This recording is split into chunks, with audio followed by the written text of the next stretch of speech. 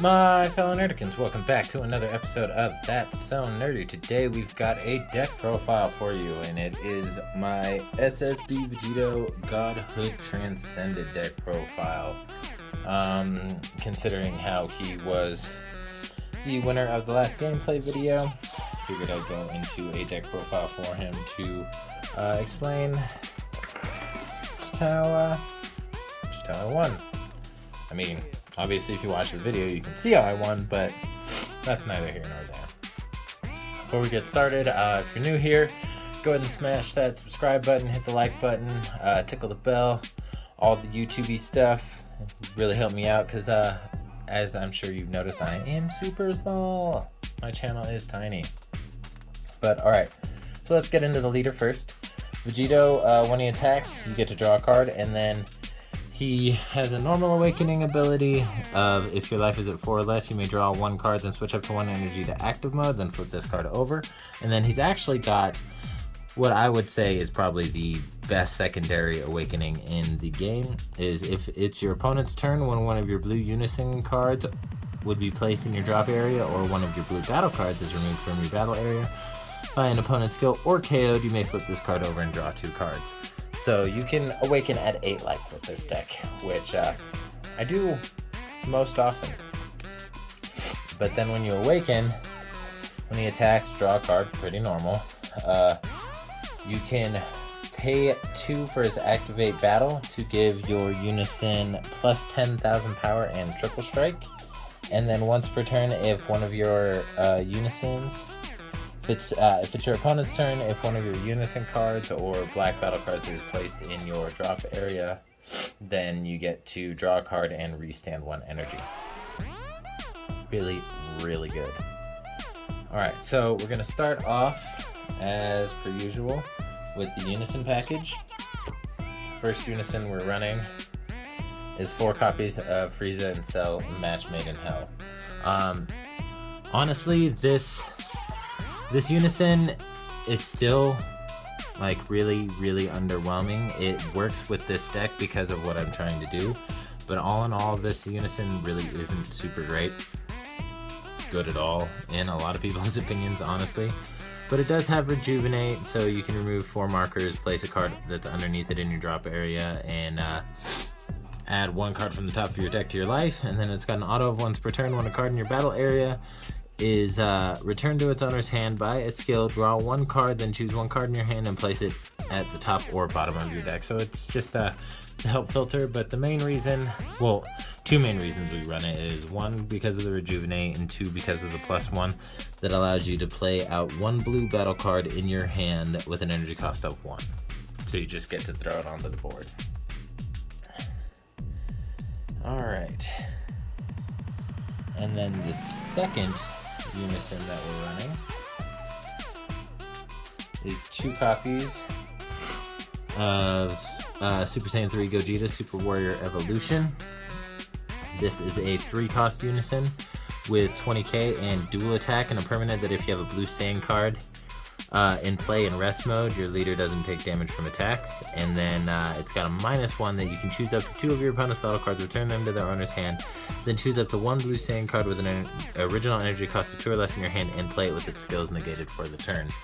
That doesn't really come up that often. Typically when this unison's hitting the board, you're going in for game because you're also going to be trying to use your leader's ability to give it plus 10k and triple strike, making it a 30k dual attack triple striker. The 10k and the triple strike only last for the battle, but if you do have the energy to make it work, you can actually get that swing in twice. And now let's get into what you want to be your first play of the game every time, is Dr. Rota. Super basic card.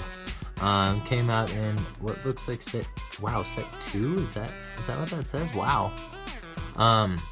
But it's a 1-drop with blocker, and when it's KO'd, you can choose up to 1 of your energy and switch it to active mode. So you play him out on your leader's unawakened side. Then when your opponent attacks in to try and to start, going in for their turn and trying to get like their engine going and everything, you just use Dr. Rota to block with. He gets KO'd, and then your leader gets to awaken. You restand the 1 energy you used to play him, and then your leader's now at 15k, and your opponent has to swing even harder to try and swing into him, and you just awaken turn 1. Obviously not your turn 1, but the fact that you can awaken on a turn 1 is really, really good, especially since you don't have to take yourself down to a certain life total in order to do it. Alright, and then we're also running 4 copies of Son Goku Hellish Throwdown. He's got 4k power, he's got blocker, and then an auto that if you pay 1 blue energy and all your energy is mono blue, you choose 1 card in your hand, discard it, and at the start of your main phase, play a Tuan Friesen Cell, match made in health from your deck with 2 markers on it in rest mode, then shuffle your deck. Now that's literally only in case you're not seeing your Frieza in Cell. Typically you are going to see it because this is, I believe it's only a 54 card list. So you're typically going to see the cards that you need. You especially like once you're awakened and you can start like popping battle cards off the board with their blocker skills and everything. You're gonna get your unison out there, especially since you have Goku to rely on also. Alright, and then moving right along, we've got Son Goku Fusion Synergy. 1 costs 5k with an auto that if you add a card to your hand when this card attacks, it gets plus 10k and critical. So that's how we add a little pressure with this deck when we're facing up against our opponent, because you are able to awaken with such a high life total. It's really kind of inconsequential to have this Goku in here because you can just pop life to make it stronger and then gain crit. He is vulnerable, but you actually do want Gokus and Vegetas in your drop area for this engine that I'm playing. And you'll see why here in just a minute. But then Vegeta, we're running Vegeta Savior of the Future. It is essentially Goku. The counterpart to Fusion Synergy actually isn't that good because I believe he only draws a card when he plays out, and I think he's only a 4k, so that doesn't make sense, but I could be mistaken about that. But Vegeta, he does the same thing as Goku, except instead of giving himself critical, he gives himself double strike. So you could just add a little extra pressure there with Vegeta as well.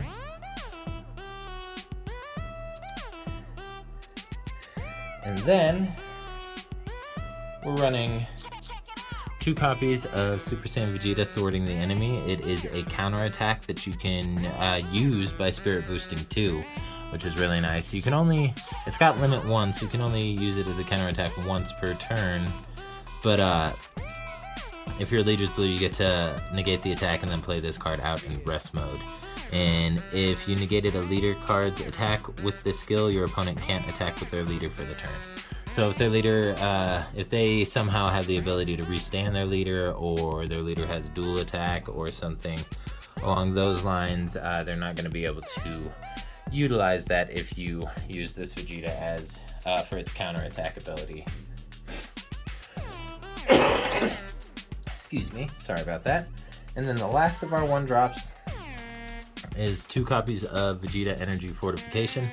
It's just another 1-drop counterattack because we need 1-drop Gokus and Vegetas that are going to end up in our drop area. The auto doesn't matter because it's meant for the blue Team Gohan deck, the skillless one. So that part doesn't really matter because you're never going to be able to use it because that's not the leader we're using. But it is a counterattack, it is going to negate the attack, and it's going to make it so we have some combo power to get into our drop area in order to get our engine going. Now my super combos, I go back and forth between these, between running a split of 2 and 2 or just running the 4 of Trunks battling the forces of evil. The reason I run this over the Vegeta Super Combo, which is the one I would split it with. I would use 2 of the Vegetas and 2 of the Trunks. The reason is because as soon as a Unison hits the board, this is live. So you don't have to be at a certain life total or anything. As soon as this hits the board, or as soon as Unison hits the board, your Super Combo is live. And it also allows you to gear up for Rejuvenate, because when you Super Combo with this card, if your Unison has Rejuvenate in its card text, then it gets placed underneath the Unison instead of being sent to the drop area after comboing with it. That way you can activate the what's it called? Rejuvenate ability. And then for a little bit of added pressure, we're running 2 copies of Tapion Calamity Challenger. It's double strike. It's got EX Evolve, but that doesn't matter because this is literally the only Tapion we play in the deck. But it does have an auto that when it's played, you get to draw a card. And Spirit Boost 1, Limit 1 for 1 blue energy. If you have a blue Unison card with 15,000 power or more, you have 3 or more energy, play this card from your hand. So yeah, it's just a little cantrip that's going to make it so you can add a little pressure onto your opponent and try and really make them feel the heat. All right, now we're gonna get into why we want 1-drops in our drop area. Well, 1-drop Gokus and Vegetas anyway, but it's because of Super Saiyan Gogeta Effortless Strike. It's a 15k unique blocker, and then an auto of when one of your blue Gogeta cards with an energy cost of 5 or more other than the copies of this card is removed from your battle area by an opponent's skill, you may play this card from your hand, which, I mean, is kind of nice. Doesn't really come up that often because typically when you play this card, you're looking to play the boss card on top of it, and then if you're playing the boss card on top of it, you're typically going for game, and your opponent's not going to have a whole lot that they can do about it. But the Activate Main is really the ability that we look for on this card, and that's you pay 1 blue energy, and if your opponent has 3 or more energy and you place 1 blue Son Goku with an energy cost of 1 and 1 blue Vegeta card with an energy cost of 1 from your drop area to the bottom of your deck in any order, play this card from your hand. So it's kind of like Union Fusion, but it's not, because 1, you don't have to discard them, and 2, you just send them to your deck and play them out. So it's kind of like Union Fusion, but it's not. And then our boss card for the deck is 4 copies of Gogeta Godspeed Demolisher. So this one EX evolves on top of this 5-drop Gogeta for 2 blue energy. And then once per turn, if your leader is mono blue when this card is played, or your opponent activates a battle card skill, choose up to 2 of your opponent's battle cards and return them to their owner's hand. And if your opponent's second auto is if your leader card is mono blue and you have 6 or fewer cards in your hand at the end of your opponent's turn, they choose 3 cards in their hand and place the rest at the bottom of their deck in any order. So this is kind of like a callback to the 7-drop Gogeta that is on the ban list. It's just a weaker version, because that Gogeta did all that on its own, but I believe it also had protection, and yeah, it was just, and you didn't have to wait until the end of your opponent's turn for its ability to proc to take their hand size down to 3. And then let's get into our counter package.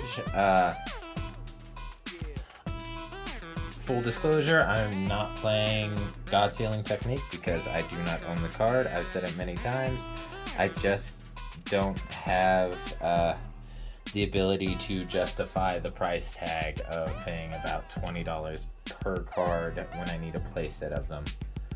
So full disclosure, I have no God Sealing Techniques, but this deck does pretty well without it anyway. I'm not gonna lie, having God Sealings would be nice, but They're not a necessity. But what is 4 Senzu Bean, of course, blue Senzu Bean. Kind of speaks for itself. And then we've also got another big obvious one, and that's 4D Magic, the Sparking Negate for blue. Probably the best Sparking Negate out of all of them. And then we're running 3 copies of God Slicing Black Kamehameha. It's a counterplay that if you have a blue Unison card in play, you get to draw a card, so it replaces itself. And the card being played has an energy cost of 4 or less. It's placed on the bottom of its owner's deck instead. And then it's got a permanent that if all your energy is mono blue, you can activate this card's counter skill from your hand without paying its energy cost by choosing 2 cards in your hand and discarding them.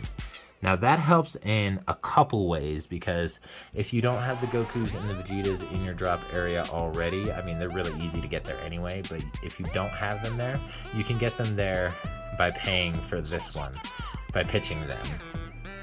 And then as long as you have a blue Unison on board, it replaces itself and bottom decks a 4-drop or less instead of letting it be played, which in my opinion is really good. And then we're running 2 copies of Chilled Army Reinforcements. I was running this at 3, but I decided to cut it down to 2 since I always ended up charging 1, which is why I ran 3 in case I needed to charge it. But I typically, if I see these cards, I want to play them. So I cut it down to 2 to try and discourage myself from charging them as energy. And then the last of our counter package is probably pretty obvious since it's blue and I haven't gone over the SCR yet. Baby Hatch. Because, I mean, blue, duh. Gotta play Baby Hatch. If you're playing any other SCR other than Baby Hatch in blue, you either have a very gimmicky deck or you just don't have Baby Hatch in your arsenal, because if you're playing blue without Baby Hatch and you have it, then you're making mistakes. Because anybody who knows anything, Baby Hatch just completely shuts down your opponent's turn by you discarding 1 card. If you have 3 energy, you discard a card from your hand and shut down your opponent's entire turn. But that's my Vegito deck profile. If you like it, go ahead and smash that like button. Hit subscribe if you're new here. If you're not new here, thanks for returning. Go ahead and tickle that notification bell. It'll alert you anytime I drop any form of new content. I'm currently only doing Dragon Ball content, but I am open to branching out and doing more once I get a little bit more of a following. But that's going to be that, and y'all have a good night and just stay nerdy.